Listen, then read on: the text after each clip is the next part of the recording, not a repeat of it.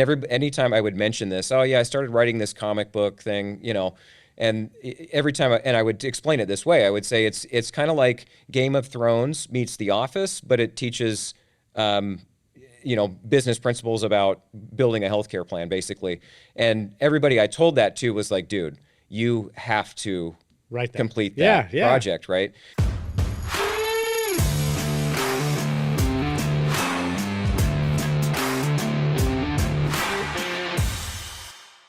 But I'm here with Chris Wolpert of GBS, which is Group Benefits Solutions, out of Tacoma, Washington. How are you doing, Chris? Doing great, Spencer. Thanks for having me. Well, it's been a pleasure. I got a chance to get to know you a little bit yesterday, not only from a business perspective, but a personal perspective as well. And it's been fun to dig in. And now I want to tell your story on the podcast, if you don't mind. And for those that are watching at home, we're going to cover Chris's comic book here in the future, which is pretty sick. But Chris, before we do all that, obviously you're an insurance consultant. I want to hear about what you do specifically to solve problems for employers.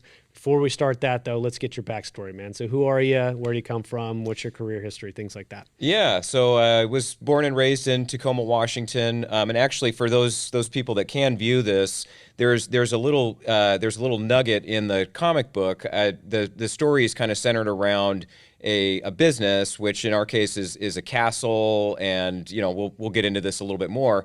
But the castle that I use for inspiration is actually the high school I went to, Stadium High School in Tacoma, where it's a very famous high school for the big giant stadium that we've got, but it's a big brown castle. That's what we would refer to it as. But it's also in the movie 10 Things I Hate About You. So really, yes, that was actually that was the high school they shot or used for location. Yep. No kidding. Yeah. Right? Yeah. So little Easter egg. That's a blast from the past. I mean, 10 Things I Hate About You is probably like 20, 25 years old now, right? Yeah. I wasn't going to put a date on it. Makes me feel old. I was there when we. You were in high school when they shot it? Yeah, it was right after my freshman year. It was that summer that they were shooting. Well, I'm glad I knew that, because I love little nuggets of trivia about people that's super interesting. Not only on top of the fact that you wrote a comic book about employee benefits, which is going to be interesting to dig into. But so Chris, how did you find yourself in this world? Give me a little bit of your educational background and where you started your career. I'd love to hear some of that. Yeah, you bet. So I went to Washington State University for college. I was studying journalism, and I wanted to be a sports writer. Did you really? Yeah, and my last semester there, I had an internship covering the football team. I mean, it was awesome in a lot of ways, but I also realized through doing that I didn't necessarily want to do that as a career. And so, as most of us that are in the insurance world, you kind of get into it by accident. And basically it was like, I didn't want to go to work for a newspaper or whatever at the time.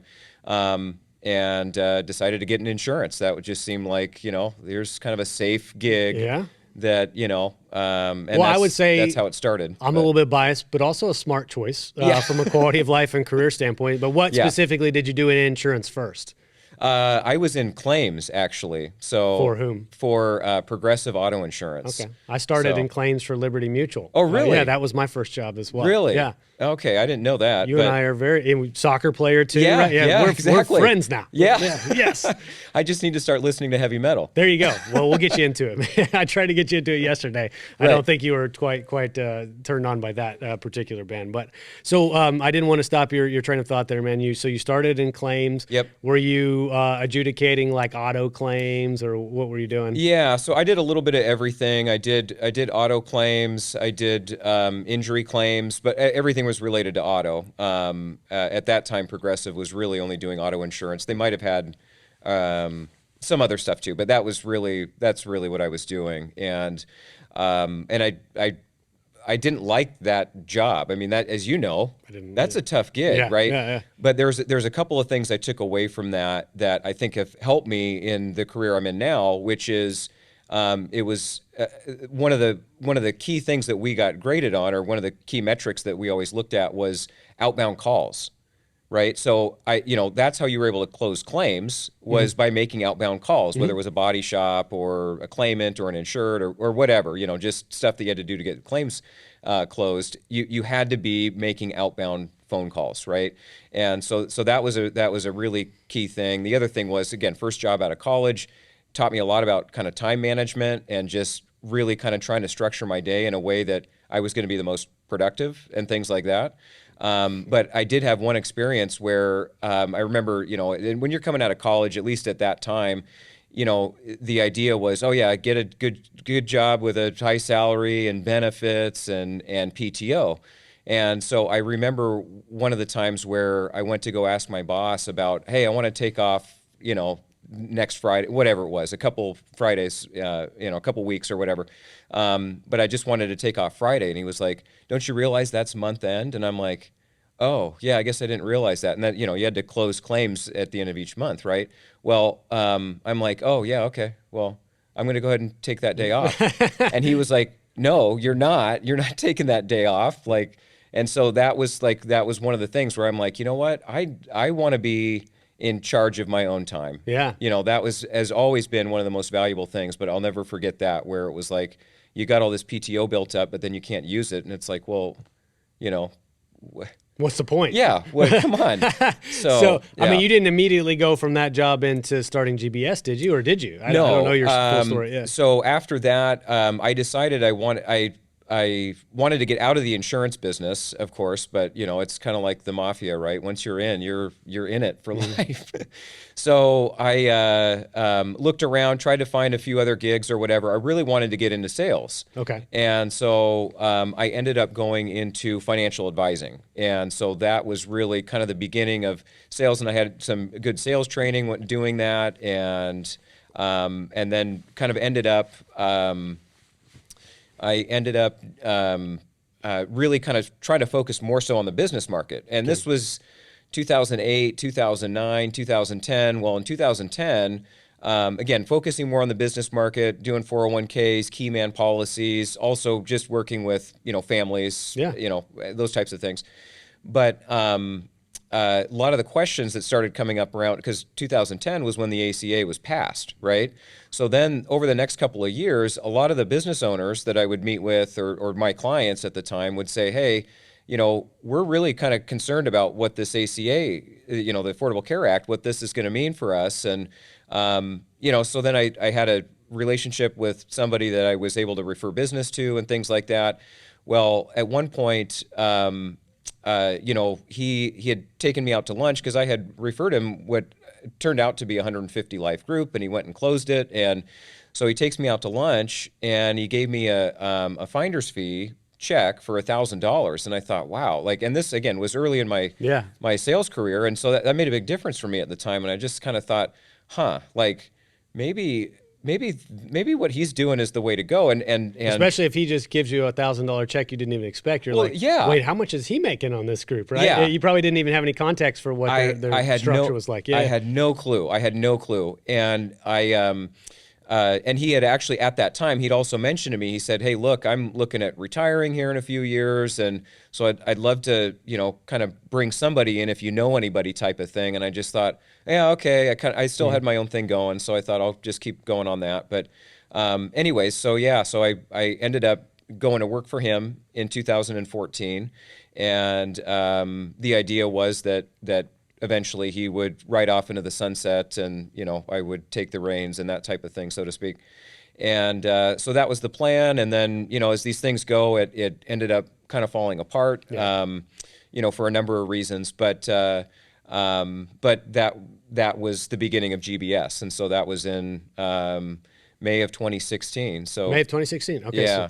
So Group Benefit Solutions as a brand started in 2016. Right. Were you able to absorb or assume BOR in some groups? Did you have a block of business to speak of to start it? Very, very small. I had about a dozen, maybe 15 clients at the time. And the other thing was, with this exit from the other guy, I was always 1099. I was never an employee. He never had me sign a non-compete. So otherwise, and that was just an oversight, I think, on his part, really.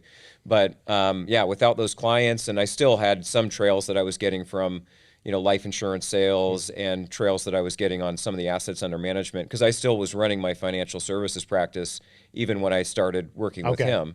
And so, so just, a dozen group clients, Yeah. and Was the financial service practice still in existence, or was that absorbed by GBS? Is that still something that you do? no. So Okay. yeah, I dropped my licenses a while ago Okay. and things like that. Yeah, it was after I started GBS. I was kind of still doing a little bit of both, but I just found that it was too much to try to keep up on all that. And what I saw was that really this is what I enjoyed doing the most, the group business. I see. And I felt like it was going to be long term much more profitable, and things like that. So, financial advisors are a dime a dozen, and I love them. I work with, there's a lot that I'm able to have them as referral partners now. Yeah. And so that's extremely valuable. But if I was trying to do all that, and and keep your licenses, and there's just so much, just stuff that you've got to do, Right. to maintain And you can't all serve those. two masters either, right? So you kind of Right. you put your heart and soul into the benefits practice, and Right. obviously that was a great choice. At Granite Peak Analytics, our passion is to educate payers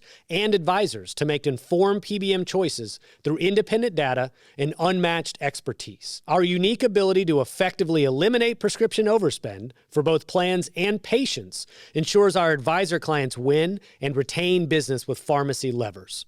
Our role regularly evolves and adapts to meet the unique needs of each client in the rapidly changing pharmaceutical market. We are self-funded experts with a hyper niche on the overly complex world of pharmacy. Our objective approach and full transparency of consulting fees delivers rare financial alignment with our customers.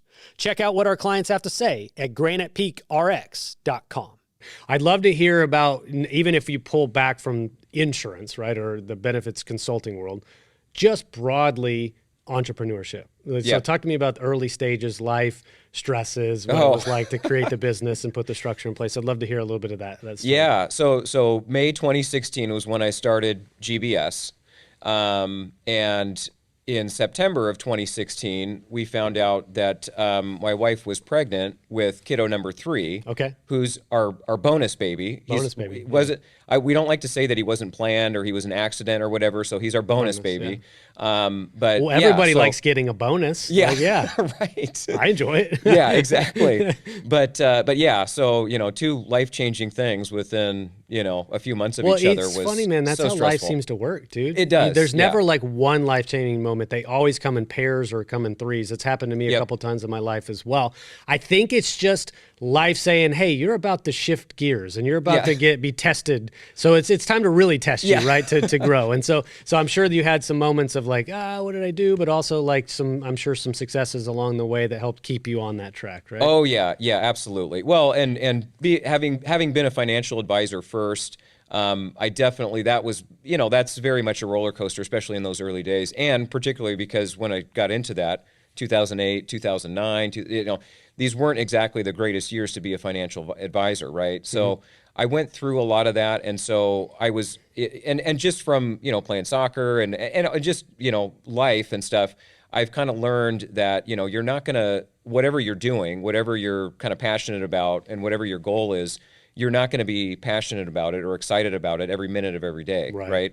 And so I was able to just kind of, there's sometimes, you just can kind of go into a place where it's like, okay, I'm not super excited about this, but I have to do this. Yes. Right. It's about Well, doing and also those things. it's almost like a certain amount of stoicism, right? Or being a Right. stoic, right? It's like there's ups and downs of every single day. And especially if you're an entrepreneur, literally at the morning you might go, oh, my business is going to fail. The afternoon you win a client that doubles your block of business, and all of a sudden you're singing your own praises golden. and I'm a genius, right? And that happens all the time. Right. So you have to be able to keep a certain even keel throughout, no matter how good or bad it seems on any given basis. Yeah, and I actually, you read my mind. That's where I was going with this. Is one of the things I really did get into quite a bit is stoicism and reading Marcus Aurelius and Seneca and all these guys, and Ryan Holiday. Obviously, he's got a bunch of stuff out there. So I've got really into that and still maintain that practice today. I read a daily Stoic passage, and then I've got my little journal or whatever. I'll write a couple things in there, along those lines, but yeah, that was a big part of it too, of just kind of keeping me sane. And it was also something that I was doing that, and then the pandemic hits, and I kind of just kept this practice going. So I've got notebooks that are going back 5 years or so now. That's amazing. And that was a big part of what kind of kept me sane. And I think it's one of the things is that, obviously nobody wants, because I think I'm just by design or whatever, just more of a optimistic, positive person in general. And that's great. But I think the thing that's great about Stoicism, one of the things that I've learned through that is that, you don't want to get low. You don't want to be a pessimist. You don't want to, allow yourself to kind of succumb to that. But you also don't want to get so full of yourself too, right? Like when you do have these big wins, it's like, okay, this is here today, but it could be gone tomorrow. Right. You could be gone tomorrow, right? And that's a big principle that I think kind of drives, but it also just kind of sometimes it puts those emotions in check if you're not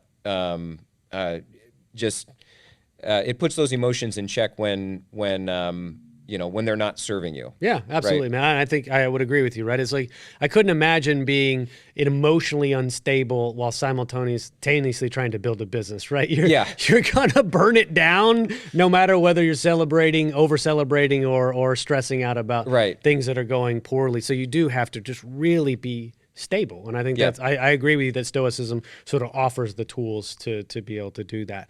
So I do want to talk, there's two things that I want to make sure we cover in the last 25 minutes or so.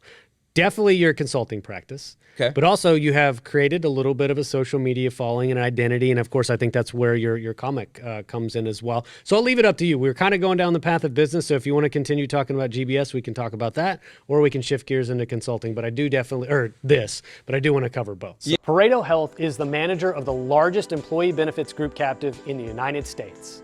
And it's also now the main sponsor of the Self-Funded with Spencer podcast.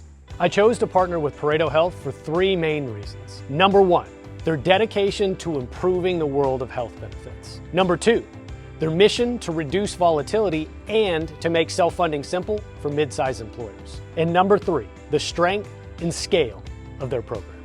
With over 2,300 member groups and more than $1 billion of stop-loss premium under management, Pareto Health is the most robust solution of its kind in the country, period. Stay tuned for more information because I'm sure I'll be featuring them on an episode of the podcast very soon. Visit Pareto Health at paretohealth.com or follow them on LinkedIn to stay up to date on the latest news and developments. Let's start with consulting. Because the book is designed to be a marketing tool, really, ultimately. Yeah. So at GBS, our mission is to modernize healthcare by eliminating employees' out-of-pocket expenses while simultaneously guiding them to the highest quality healthcare. The best part is there are bottom line savings that are generated, not just for those employees, but for the organizations that we work with. And we can take work off of the HR team's plate through our process as well. So knowing that, obviously that it's taken me a while to kind of arrive at that value proposition. Yes, so there was a lot of work that was done in that, but what I really wanted to be able to do as an independent firm is, you've got to have a way that you can compete with these big national firms and stuff like that, right? So you have to be first, best, or different in business, right? And one of the things that I saw, several years ago is, at least I didn't see there was a lot of people that were doing the cost containment, the modernization of healthcare, the next gen, the health Rosetta, those types of strategies. I didn't see a lot of that, so that was a way to be different. That was a way. And the other thing was, I really wanted to write a book and use some of my journalistic, my journalism, make my mom happy by, finally actually using my degree. Yeah, that she paid for. Yeah. So it was one of these things where I wanted to write a book and use that as a marketing tool and use that as a way to position myself and those types of things. And so I started to write a book about health insurance in the post-ACA world. And I was writing the outline, and I vividly remember this too, writing the outline, and I'm looking at just at this outline I had for all these chapters and stuff like that. And I thought, dude, nobody's going to want to read this. I don't even want to write this. Yeah. If you found yourself like it's sucking the joy out of your life to write it, you're like, who's going to read that then if that's the case? Yeah. Yeah. So you had this like, oh crap moment, if you will, that did you kind of hit pause, and did you immediately know you wanted to turn it into some sort of hero's journey visual comic book, or was it? Well, yeah, so that kind of happened in stages. So what happened there was, at that time I was listening to a lot of podcasts about writing a book and, self-publishing and doing all these types of things. And this was before I had, joined the mastermind and stuff like that too. And so I was kind of trying to do all this on my own. And one of the podcasts I listened to, this guy was talking about how you can write a business book, but you can actually make it into like a hero's journey story. You use Joseph Campbell, the hero with 1,000 faces kind of formula of how to tell a story. And I thought, oh man, that would be cool, right? That would be different. That would be, could be really a lot of fun. And then I kind of noodled on that some more and kind of thought about that for a while. And then I kind of arrived at the idea of, because I was already doing a lot with virtual assistants, using Fiverr, using all these different services and stuff. And I started to look up comic book art on Fiverr. And I realized like, hey, I could write a story but I could make it a script and then turn that into a comic book and then hire somebody on Fiverr to write, to do the artwork, right? Wow, and yeah. so that's what I did basically. Well, judging by the cosmetics of this, I don't think you only paid $5 for something No, on Fiverr. no. Yeah, you obviously got a very skilled person to do that. I was just asking, obviously this book has a dual purpose, right? It fulfills a yes, creative okay. purpose for you, but certainly this hero's journey is to maybe guide an employer along to the conclusion that I should hire Chris as my broker. Right? Yeah. So what I did was, because in our business, you're selling really to two main personalities. There might be more, but you're ultimately selling to HR and you're selling to finance or a CFO, right? So what I wanted to do was not just have one hero, but have two heroes. One was the HR director, and then one is the CFO of the castle, right, of the business. And so I wanted to have, and typically in a hero's journey story, you've got a catalyst hero and you've got a reluctant hero. And so I kind of tried to have each one was, one was more reluctant, and then one was kind of more of a catalyst, kind of pulling the other one along, and they kind of have their own rat-a-tat type of thing, right? But there's different values for each of those different mindsets. For HR, it's much different than obviously with a CFO. And so I wanted to be able to speak to both of those personalities and in the story and in the education and that type of thing. But I wanted to have something that was different, that was a pattern interrupt again, right? Is to have something that gets attention, because there's a lot of other benefits people that have written books, and that's great. And but I think, to differentiate, to have a comic book that I'm giving out to somebody is a lot more memorable than, oh yeah, this guy gave me a book or this gal gave me a book type of thing. And so that was part of it. Also, I think it's in our industry, it's hard to have your personality come out sometimes, right? Insurance is very dry. It's, kind of dull, right? Like, let's be honest.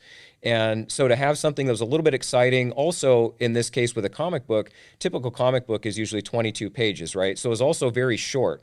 So if I hand somebody a 200-page book, they may not. You're almost ever handing them an obligation, like, right. You have to read this and do homework, and they're like, "What? Who are you? Why should I read your book?" I do agree that there's I wouldn't say a lower barrier to entry. That's unfair to the effort that you put into this, but the time commitment obviously is much less. Well, but that was by design too. Yeah. Right, because somebody could thumb through this in just in a couple of minutes and kind of get the gist. Have there's some the artwork is great. The person I found was fantastic, and. But they could, if somebody actually did just sit down and read through it, you could read through it in 20 minutes. That's awesome. Yeah.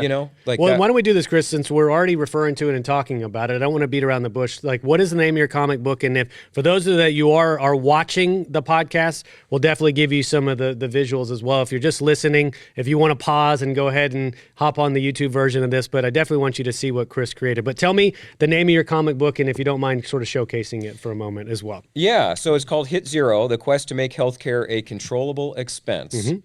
And why don't you raise it up too, and then that way you can show what you refer to. absolutely. So Yeah, so I found on Fiverr. I ended up finding an artist that did all this work. So that's usually one of the first things that somebody asks is like, "Hey, did you do all this?" And I'm like, "No, I'm responsible for the story, the script, that Yeah. type of thing." But obviously, I had somebody else do it. But the one interesting story that I think you definitely want to touch on is the Wolpertinger. Yes. Please So tell me what a Wolpertinger is. yes. So as in every hero's journey story, right, you've always got a guide, and this goes back to story branding. Donald Miller, his fantastic book on marketing, which I read that came out around the time that I started this project, right, and just kind of trying to rack my brain of how do because what I wanted to be able to do is have kind of the shadow figures or the enemy being maybe not the enemy, being brokers or traditional brokers, and that's where I use the jackalope as the traditional brokers. And again, they're kind of a mythical creature. I did some reading on them too, and there's kind of an entrepreneurial spirit that all these kinds of things because they were basically created by some taxidermists in Wyoming years and years ago. I didn't know that. They came up with this jackalope thing, and it's kind of so. This thing, the Wolpertinger, is something that is in the forests of Bavaria, all the way over in Germany. I found out about this from a guy on LinkedIn that was originally from Germany. He was in the UK, and we'd been connected on LinkedIn, and he asked if I knew about the Wolpertinger, and I'm like, no. And again, this is in the midst of when I'm writing this, and I still wasn't settled on the guide character, and that's obviously I needed to be the guide character because again, in Donald Miller or in the Story Brand book. You as the salesperson or you as offering a product or service need to be the guide, and your prospect or the people that you're working with they need to be the hero, right? And so I'd been just kind of trying to figure out how exactly I do that, what exactly these characters are going to be, and that's when I decided to do the jackalopes and then the Wolpertinger, which is kind of like a jackalope. I mean, from the perspective where it's this little bunny basically, but it's got the antlers, but it also has owl wings. It's got these fangs. It's got these bright red eyes and all this kind of stuff. So it's kind of this like weird mythical creature, and I think that for a long time, again, just going back to the parallels with the business. There's a lot of CFOs and HR people out there that have just thought there's no way to control healthcare costs. There's nothing we can do. Mm-hmm. And so along comes this mythical creature that they didn't actually think existed, right? To be their guide on this journey and help them, cross through and, just go through the ordeal. Lead them to the promised land, right? Right, exactly. Lead them home, if you will. So like, exactly. Is Wolpertinger, is that Wolpert is your last name, right? Right. Is your name a derivative of this creature, or is there a relationship at all there? I mean, I don't know. I'd have to ask my that's oddly close. Like, I almost question, is your name actually Wolpert at this point? Like, is this a stage name? Because that's oddly like on the nose, but how cool is that to discover that through the journey of writing this book and go, well, that's clearly it. That's the name of my guide, right? Yep. That's so cool. And that's basically what happened. As soon as he mentioned this thing to me on a LinkedIn message, and I looked into it, and it was like this aha moment where it was like, crap. Yeah. That's it. Yeah. I mean, that's what I've been waiting for this whole time, is to figure that out. Well, do you have any stories from a business perspective that you can share of like giving this to a prospect and walking them through this journey and ultimately becoming a client? I mean, I'm sure you've had that happen, right? Oh yeah, absolutely. Yeah, it's it's always something that gets attention. And it is memorable. And whether that's tipped the scales for me or not, I don't know. But it's certainly, as a salesperson, obviously you want to be known, liked, and trusted, right? That's how that's how you earn new business.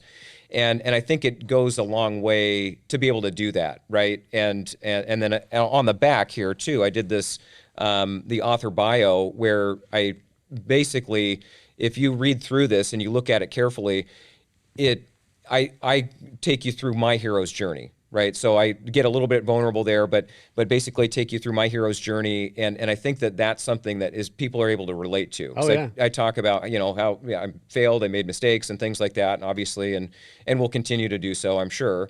But I think it's just again a way to be relatable and a way to really cut down really quickly on being known, liked, and trusted. Absolutely, man. And I hope somebody even listening to this is inspired by you did something that was very unique and creative to you, right? And obviously, with the way that you've studied, the way that what you've read, you were able to weave this story in because of that's your area of interest, right? But I'm hopeful that you might inspire somebody else in our industry to go do something a little bit outside the box, do something a little creative, right? Like, you want to be memorable, you want to be successful. You probably have something within your personality that is unique or interesting that you could mine and you could use to not only benefit yourself, but probably fulfill yourself as well. And I think, I'm sure there's a certain level of a sense of pride or satisfaction or fulfillment that came as from the completion of this, right? Yes, yeah, because again, I actually started writing it in 2016 and put it on the shelf. I was part of a different book project, Next Generation Healthcare, that I wrote with a bunch of other mastermind partners. So I'd put this on the shelf for a while, but there was a few people I had told about it, and anytime I would mention this, oh yeah, I started writing this comic book thing, and every time, I would explain it this way, I would say it's kind of like Game of Thrones meets The Office, but it teaches, business principles about building a healthcare plan, basically. And everybody I told that to was like, dude, you have to complete that project, right? So yeah, if you saw some of the early drafts, so I had about 6 drafts before I arrived on the final one. And if you saw some of those early drafts, like I still have some of them now, like saved on my computer, and I'm like, oh my gosh, that was a terrible story, right? So it goes through its own evolution over time, and and you have to be able to like sort of disentangle yourself from the emotion of all that effort you put into. If you could look at it and go objectively, that's not very good or that's not very interesting. You need to be able to abandon that and rework it or rewrite it, because if you know that, even being the person that wrote it, that you didn't find it interesting, then clearly, again, nobody's going to read it. So you have to be able to detach yourself from that emotional component. Yes, yeah. And then Stoicism. What's that? I said stoicism. It is. Yeah, to be a stoic. Again, yeah. Coming back full circle, yeah. What were you going to say? I didn't mean to. Sorry, I threw you off there. Oh, no. Well, I was just going to say, I had put it on the shelf for a few years, and then it was during the pandemic. Here's the other thing that, for anybody with kids out there, I had made the mistake of my kids knew I was writing this book, and so my oldest daughter at the time, she was, the pandemic hits and stuff, and she was like, Dad, did you ever like write that comic book or whatever? And I was like, no. And at that point, I'm like, all right, now I need to do it. I need to show, I need to be, I need to show my kids that I'm going to follow through on this, right? Yeah. So anyways, that was what kickstarted it again. And then having a little bit more time at home and things like that, I just thought, all right, now's the time to do it. Well, let's talk a little bit about your specialty, though. I do want to cover a little bit of what you do as a consultant. That you think, you said you're either first, better, or different, right? And I would suggest you're probably a combination of different and better or best at something. But what really do you specialize in? Because we can't be all things to all employers. So you have a niche. So what is the niche that you sort of serve? PlanSight is a complete game changer in the world of insurance brokering. As a broker, you know how time-consuming and error-prone the traditional RFP process can be. But what if I told you there's a better way? PlanSight is the only end-to-end RFP solution on the market made specifically for benefits agencies. It's like having a superpower that gets you an average of 8 to 10 hours back per employer renewal per year. And the best part? PlanSight supports all carriers, all funding types, and all group sizes for over 20 different benefits. If you're ready to make your RFP process faster, more efficient, and more profitable, it's time to call PlanSight. Visit plansight.com now to book a free demo and discover the future of insurance renewals. I've got a few different, I'm marketing broadly to employers, and a lot of this, it started in, again, in Tacoma, Washington. So most of the groups I was working with were there in Washington. Kind of started to expand beyond that. Even prior to the pandemic, I started marketing to groups in Idaho and down in Oregon and stuff like that. But what I've done is through the LinkedIn stuff and through my own direct message campaigns or email campaigns and things like that, I've been able to expand beyond just Washington. Okay. And so that's been something that's been important. Really what I'm looking for is those groups that align with our mission to modernize healthcare. Because there's plenty of groups out there that just want to renew with UHC every year or whatever, and that's fine. I'm not necessarily their guy. I can do that. We're a full service brokerage. We can do those things. But what really gets me excited is when we've got a group where I've got an example where was meeting with a CEO and it just kind of asked him a few questions to begin with, and just kind of said, what is it that you'd like to see, right? And he had the best answer that I've had to date at this point, and he said, I want people to feel like when they come to work for us, like they've made it, right? They're working for a fantastic company with an amazing culture. They've got the best compensation package they're going to have, and that includes great benefits. And it's like, okay, that's great. That's somebody I can work with, because then it's like it's very much easier to tell the story of modernizing healthcare or hitting zero. And for anybody who reads the story, you'll know that hit zero means hitting zero in terms of deductible, co-pays, co-insurance. When you can zero those things out for employees, right? When you can eliminate those, guiding people to higher quality healthcare, ultimately that's who we want to work with. Okay. Now, we can do that even if a group is still fully insured. So we've got a few solutions that we can provide that we can still eliminate deductibles and copays and things like that. We just did that actually last month for a group, and it doesn't matter if they're small or large, right? So I'm still, I would say, pretty relatively early in my career, and I'm not necessarily turning away business or anything like that because I'm too busy. Yeah. But, I'm always trying to find a way that we can bring these solutions that are normally reserved for those 1,000+ life employers. We can bring that down to the mid-market and even to the small market as well.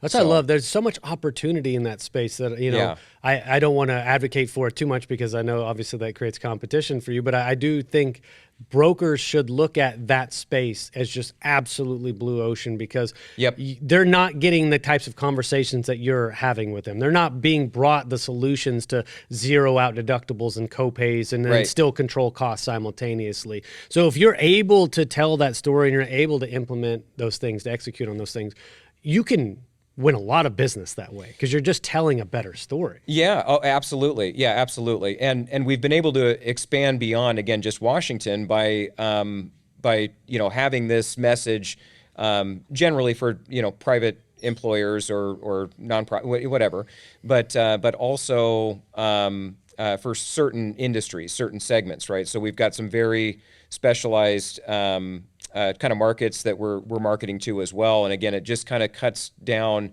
the time that it takes for you to be known, liked, and trusted if you've got something for a specific industry. So one, I'll give an example if that's okay. Yeah, of course. Tacticalhealthplans.com is one such landing page where we go to the SHOT Show every year, promote tactical health plans, meeting with a lot of these different gun manufacturers and firearms industry folks and things like that. And when there's something that's specifically designed for them, it really cuts down on the time that it takes for you to be known, liked, and trusted within that industry. And if it's something that they believe has been created for their industry, which it has in all these cases, it makes them want to say, okay, well, maybe there's something to this, right? And then, you really like niche down. It's like doubling down almost on a niche, right? To get very specific about who you serve, so that it does actually feel like you're speaking to them, right? You're actually communicating in their language. You understand the problems that particular type of business might have and might need to solve for. And so if I am a business owner and I hear somebody say those things, I'm like, oh, he's literally speaking to me. So I think that's almost bucks the notion of, hey, I'm just going to try to appeal to everybody, or I'm going to go, yeah, I could do that, or I could do yours. But realistically, you do have area of expertise and specialty, and you should try to actually attract customers that would relate to. Right. Yeah. And I want to, if you don't mind, we got a couple minutes left, and I don't want to redirect you too much, but I do want to cover the fact, Chris, that you have been known. You mentioned know, like, and trust. You've become known and liked and trusted for some of your dad jokes and some of your Friday fables on LinkedIn. So could you tell me a little bit about how those things came to be and how that might have benefited you as a consultant? ClaimDoc is a medical claim auditing and member advocacy company. We provide fiduciary services to employer-sponsored benefit plans, and allowing them to create an environment where we ensure that the benefit plans are being charged in a fair and reasonable basis. My business is basically people, and it become a real simple transition. We thought it was going to be far more complex. I've saved, we'll say, hundreds of thousands of dollars. I could not say enough about ClaimDoc.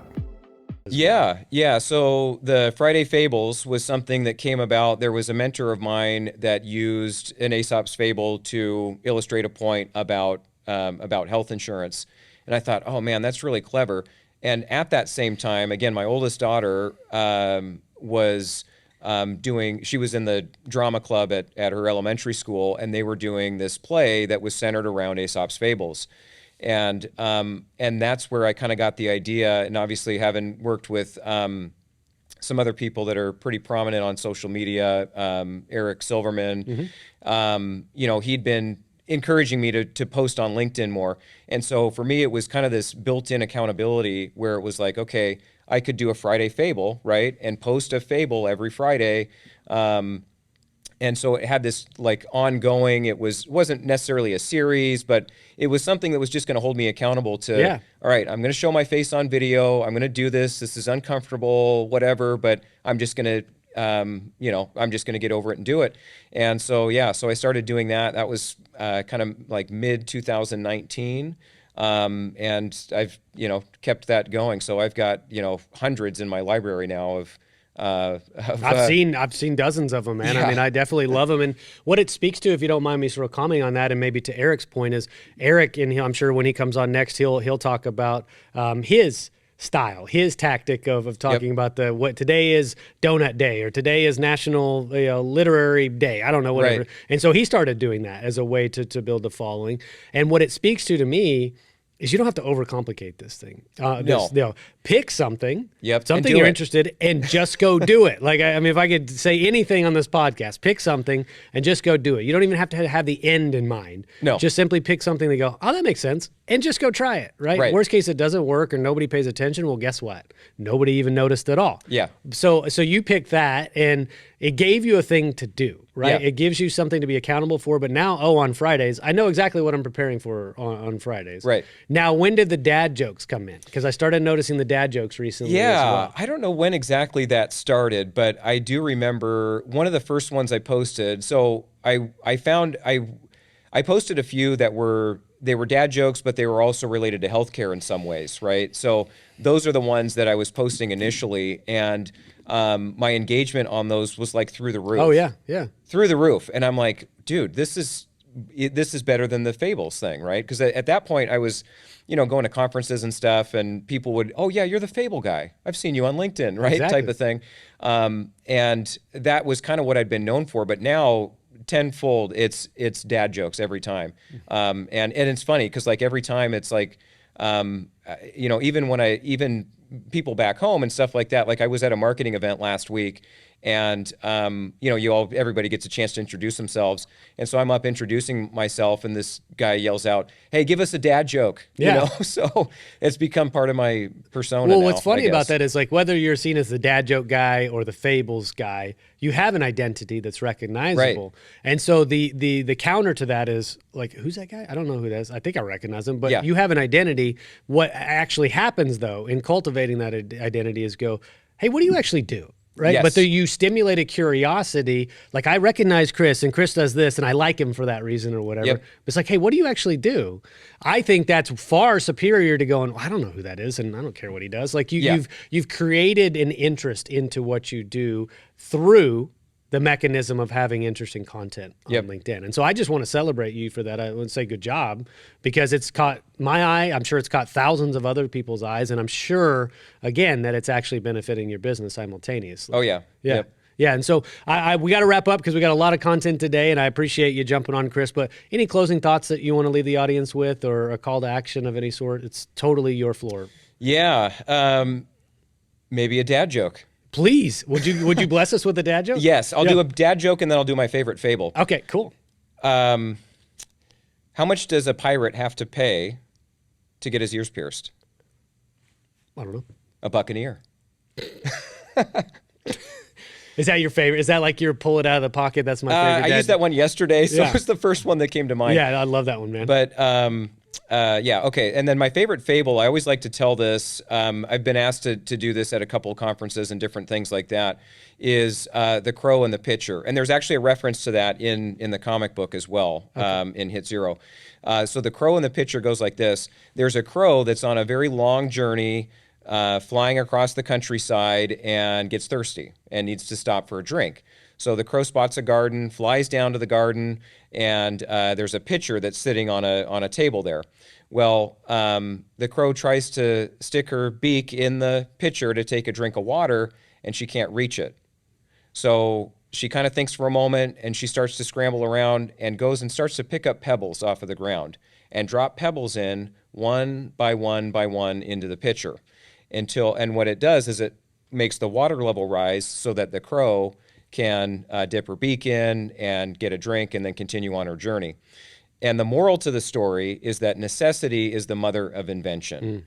And I think that as entrepreneurs, that's what we're doing, right? We're putting these pebbles into the pitcher to fill up to raise the water level so that we can get replenished, right?